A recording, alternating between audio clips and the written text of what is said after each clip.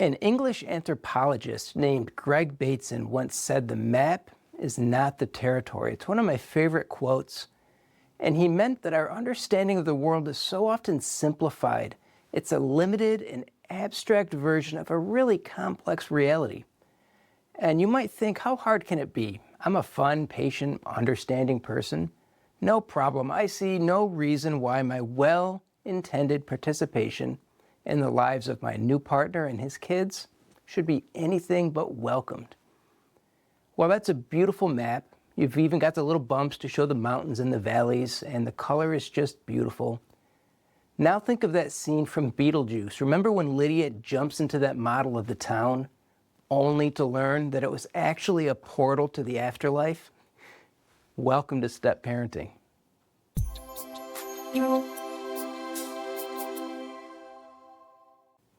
I'm Dr. Greg Kovacs, and no, step parenting is certainly not that bad. In fact, the early stages of blending families are filled with opportunities to create perfectly healthy family dynamics.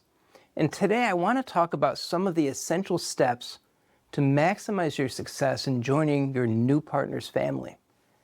Now, to be fair, this can be a really sensitive and challenging topic.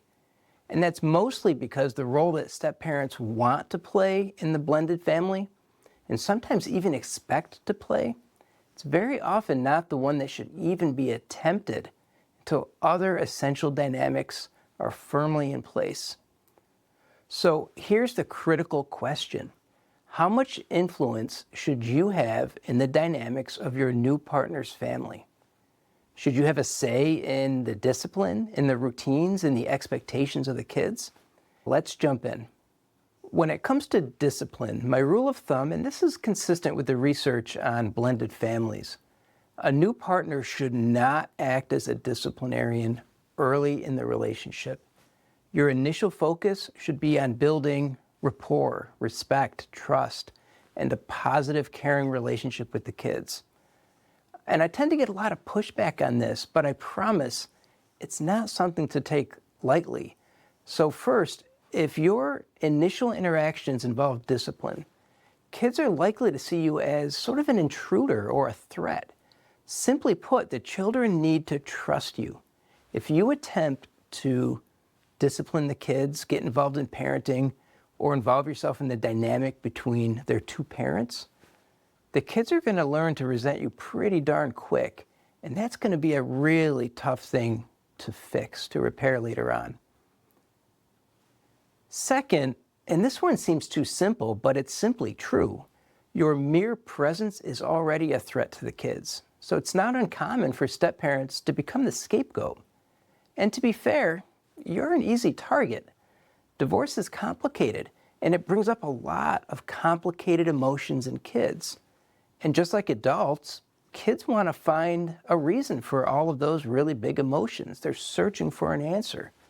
But because the reason for those complex emotions is tangled up in those complex family dynamics, they're nearly impossible for kids to really understand. They're looking to pin that tail on any donkey they can find.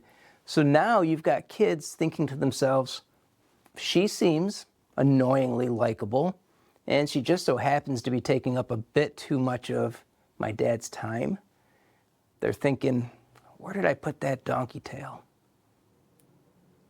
You're a new person who, in their eyes, may be trying to get in between them and their parent, or maybe moving in on the authority of one or both of their parents.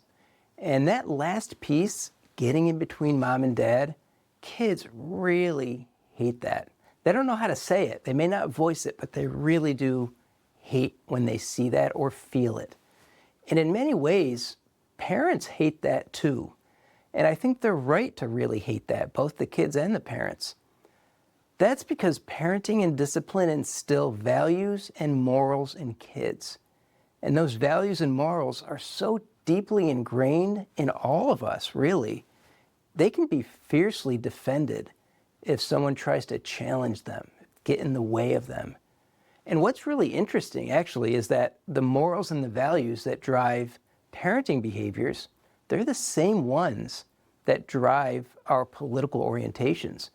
And if you've ever attempted to change the way somebody thinks about politics, especially in this damn climate, you can see how trying to change somebody's parenting style is going to get ugly really quick. So it makes sense that if either parent thinks that you're attempting to influence those morals and those values, that's going to bring up some pretty protective emotions in both parents. But like I said, kids also hate it when someone tries to get in the way of their parents working together. Kids without both parents working together, that's a threat to them. Without both parents in charge, kids can feel like nobody's flying the plane. It's like they can feel really insecure, they can feel really unsafe, and it happens really quickly. Kids find tremendous safety and a tremendous sense of security in their two favorite people working together in their best interest. And if they think that you're making it difficult for their parents to work together, right, again, you're the donkey. It doesn't matter how good of a person you are, how well-intentioned you are, you're going to become that donkey. And those kids are going to start searching for that tail almost immediately. It's sort of like they're saying, hey, Dad, you're going to let her tell you how we should be raised, really? Or you're really going to let him stop you from working together with Mom in our best interest? Kids are really sensitive to that stuff. And that can cause them to reject their parent for not protecting them, and they're going to reject you, and they're going to start getting resentful in a lot of different ways. So now you've got a parent who's feeling a lot of pressure and a lot of tension, maybe some increasing emotional distance from the kids. And while that might be coming from your well-intentioned efforts to involve yourself in a productive, healthy way, it's problematic. And that can very quickly lead to problems in your new relationship. It can even lead to a broken relationship. Now, don't get me wrong, much of this is normal blended family kind of development sort of stuff. But when you throw on top of that your efforts to discipline the kids or to change parenting styles or parenting approaches, you've got a recipe for a failed relationship with the kids, probably with your partner as well. So how should you incorporate yourself into the lives of your new partner and his kids? Think of it as a phased approach that absolutely must be done in collaboration with the biological parent, with your new partner. And in the first phase, you're simply a friend or you're a support person.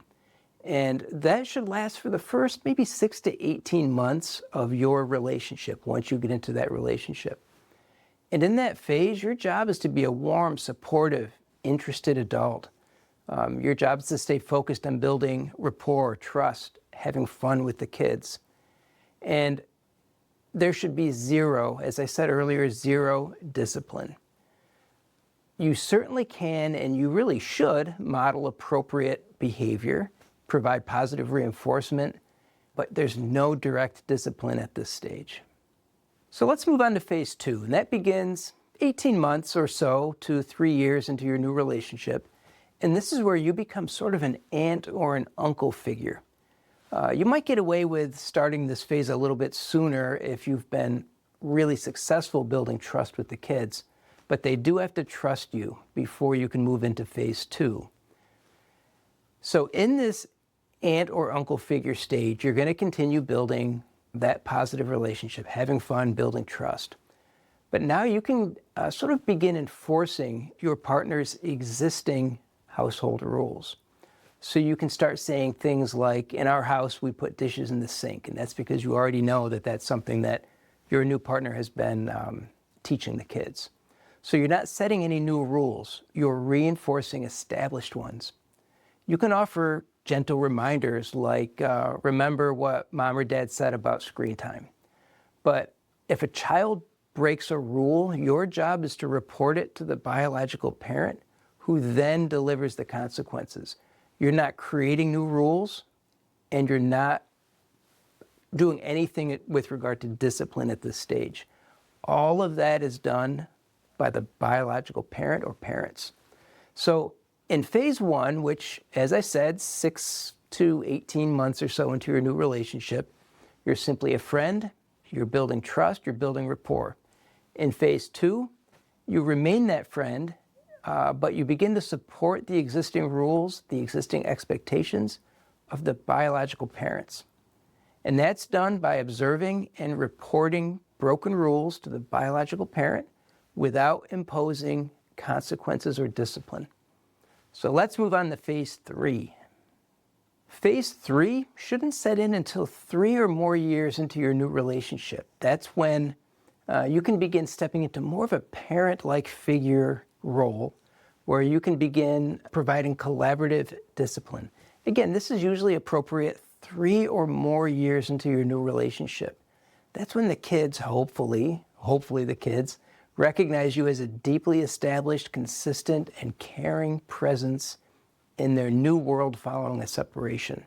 So in other words, the kids trust you. And this is where that collaborative part comes into play, because your new partner can now, well, not new anymore, but your partner can now explicitly empower you to become a disciplinarian. You start talking about any new household rules that you want to put in place.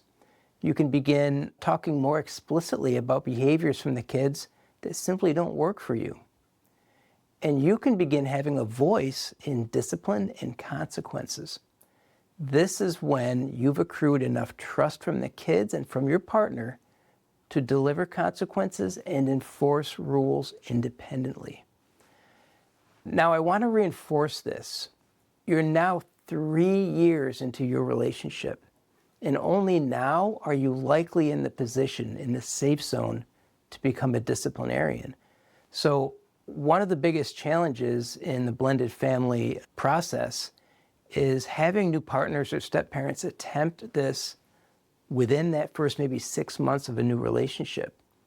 One of the greatest assets that a step-parent has is that first 3 years. Take full advantage of it. It's an investment, and it pays off really big in the long run. I promise you it will. Okay, so you're 3 or so years in, and you've been charged with being more of a disciplinarian. I've got a few more guidelines for you. I know you're sick of guidelines, but your discipline must align with the parenting style of the biological parent. Now, if it's possible to collaborate with your partner's co-parent, that's the holy grail of step parenting. It's really hard to do, but maybe make it a stretch goal if possible. Some families can do it. I tend to see the ones that can't. That's the nature of co-parenting counseling. But if you can do it, that's great. So your discipline must align with your partner's parenting approach, and you certainly cannot override the decisions of the biological parents. And you're only providing discipline for minor infractions. For major discipline or those really sensitive issues, biological parents remain the primary disciplinarians. That still is the case. Now, if this phase and process is going to work, the biological parent needs to ensure that a few things are in place. So now here's some guidelines for them, I suppose. First, your partner needs to explicitly empower you by publicly supporting your involvement in discipline and by backing your decisions. That's a really important piece. So they're telling the kids, they're telling their co-parent, I've given my new partner explicit access to discipline. Second, your partner needs to be consistent in their own discipline. This is important because you kind of have to know what you're supporting, and they're not going to be able to talk to you about everything. So you're going to watch and you're going to learn, you're going to figure out what you're supposed to be supporting. Third, stay in constant and open communication with your new partner. You want to be, again, certain that you're on the same page regarding all of the rules and consequences so you're not overstepping or contradicting each other. Remember, if you begin to stray from that collaborative agreement on discipline, your partner is likely going to become defensive. And that would be a really good time to check yourself. Have a conversation with your partner, recalibrate, get back on the same page. And remember that a child's temperament and their age and their development and their mental health, all of that plays a role. Younger kids, for example, might accept a new partner's discipline a bit sooner than 3 years, sometimes even a lot sooner. But teenagers, well, they're teenagers, and they're going to push back on this and a lot of other things. So phase one might take a bit longer with a teenager than it will with a younger child. So keep that in mind as well. These are guidelines, 3 years. Yes, it's a long time, but it's very common that it takes 3 years to develop trust with the kids. Building a secure, loving relationship between your partner's children and yourself can be an absolute pain. But the payoff can be so beneficial for the kids, for you, and certainly for your new relationship. Remember, discipline should be introduced slowly, gradually, and always in collaboration with your new partner and with the children's emotional well-being, and the stability of their new family dynamic is the top priority.